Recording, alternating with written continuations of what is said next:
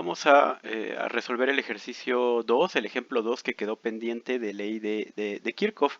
Acuérdense que este ejemplo es un poquito más complejo, no por la forma en la que tienes que sacar las mallas, eso es igualito, mismas consideraciones, mismas reglas, mismos cuidados, simplemente se hace un poquito más complejo resolver el sistema de ecuaciones. Vamos a verlo en este ejemplo. En el primer tenemos 3 mallas, acuérdense, ustedes enumeran las mallas a gusto, y el sentido que se le da inicialmente a la corriente también, ustedes lo dan a su gusto.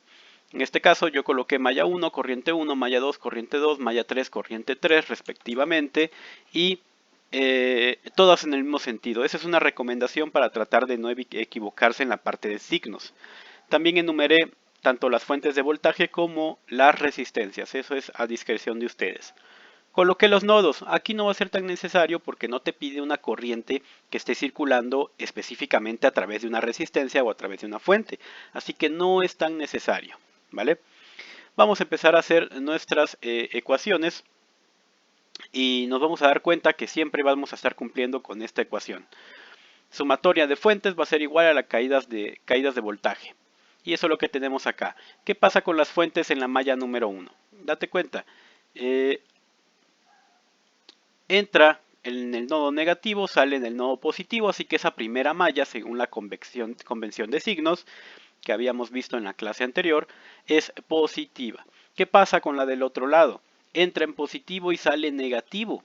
Esa contradice la convención de signos. Así que una va a ser positiva, la otra negativa. En este caso, la primera es la positiva, E1, y la E2 negativa. Justamente es lo que tenemos acá. No hay más fuentes, colocamos nuestro signo igual y empezamos con la parte de caídas de voltaje. Vamos a ver que en la primera resistencia, esta resistencia 1 que tenemos acá, la corriente 1 que circula siempre va a ser positiva, pero con la que comparte, que en este caso sería la corriente de la malla 2, esa sería negativa. Por eso tenemos la resistencia 1 por la corriente de la malla 1 menos la corriente de la malla vecina con la que esté compartiendo. A lo mismo pasa con la resistencia 4. La resistencia 4 va a estar pasando la corriente 1 de forma positiva y la corriente de la malla vecina va a pasar negativa en sentido contrario. Y eso es lo que tenemos acá. Corriente de la malla 1 menos la corriente de la malla 3. Siempre las resistencias que están compartidas entre dos mallas tienen que tener una diferencia de corrientes. Eso cuando las dos las consideraste en el mismo sentido. Si una la hubieras considerado en sentido contrario, entonces acá sería positivo. Por eso les digo, mejor consideren todo en el mismo sentido para que siempre sea una diferencia. Lo puedes hacer como quieras, pero pues hay que tener cuidado ahí. De ahí fue pura álgebra, ¿no? Sustituir valores tanto de fuentes como de resistencias y desarrollar. Fue puro desarrollo, simplificación y ordenar hasta llegar a una ecuación de este tipo, donde tengamos una parte con corriente 1, una parte con corriente 2, una parte con corriente 3, igual a la constante. Y esa va a ser mi ecuación número 1. Analicemos la malla 2. Dense cuenta, la malla 2 no tiene fuentes de energía, así que esa parte del signo igual, la parte izquierda, va a quedar en cero. No hay ningún problema.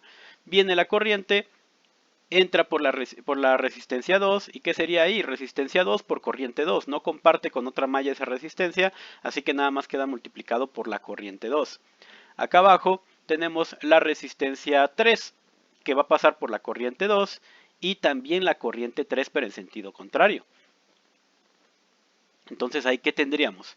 Tendríamos la resistencia 3 por corriente 2 menos corriente 3. Y eso es lo que tenemos por acá. Corriente 2 menos corriente 3. Y la resistencia 1 pasa por la corriente 2 y menos la corriente vecina. Aquí está, resistencia 1, corriente 2 menos la corriente vecina. Esa es la ecuación que formamos de la malla número 2. Resolvemos, simplificamos, ordenamos y llegamos a esta ecuación. Es nuestra segunda ecuación del sistema. Repetimos procedimiento para la malla número 3. Esta ecuación que tenemos por acá. La malla número 3, dense cuenta, esa sí tiene una fuente de voltaje, es esta. Entra en positivo según la circulación de la corriente, entra en negativo y sale en positivo. Así que va a ser una fuente positiva. Posteriormente tenemos la resistencia 3. En este caso no puse la ecuación por ahí, vamos a hacer la ecuación. Acá sería E2.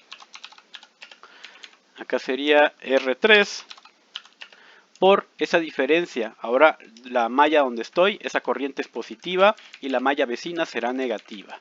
Luego tenemos la resistencia que está solita, esa es R5 por la corriente 3 de esa malla, más la resistencia 4, que esa es compartida, es la de acá abajo. Por eso lo estamos multiplicando por la corriente 3 menos la corriente vecina. Y eso nada más sustituimos valores, es lo que tenemos acá. Desarrollamos, despejamos, ordenamos y nos queda nuestra ecuación número 3.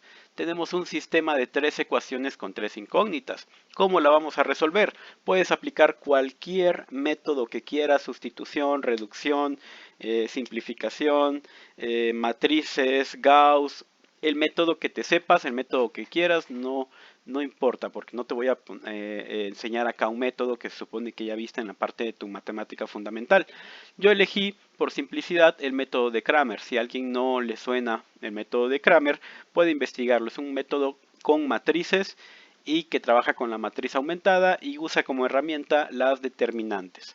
Sacas la determinante principal de la matriz original. Acuérdate que la determinante es un número. Esta matriz de 3×3 la puedes obtener la determinante con la regla de Sarrus.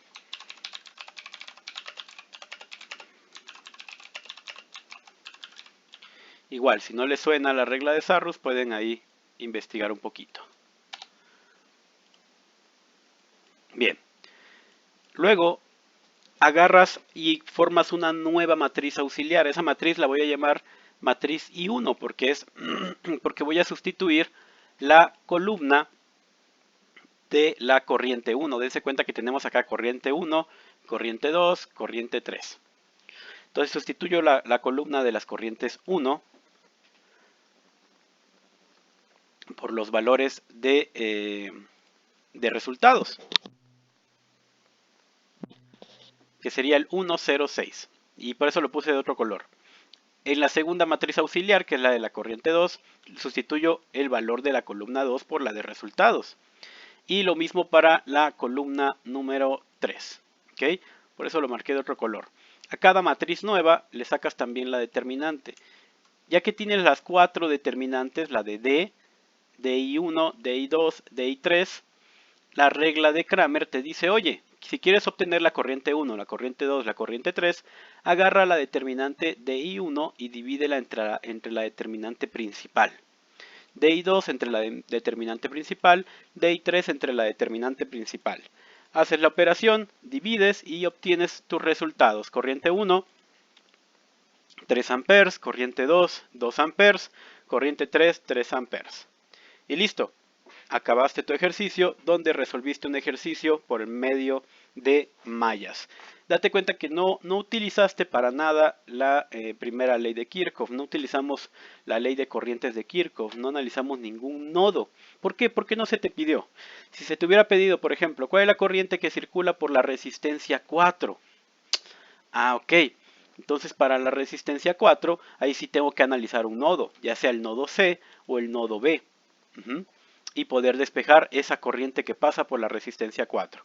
Pero no nos la pidieron, así que pues no hay ningún problema. Hasta aquí quedaría el problema.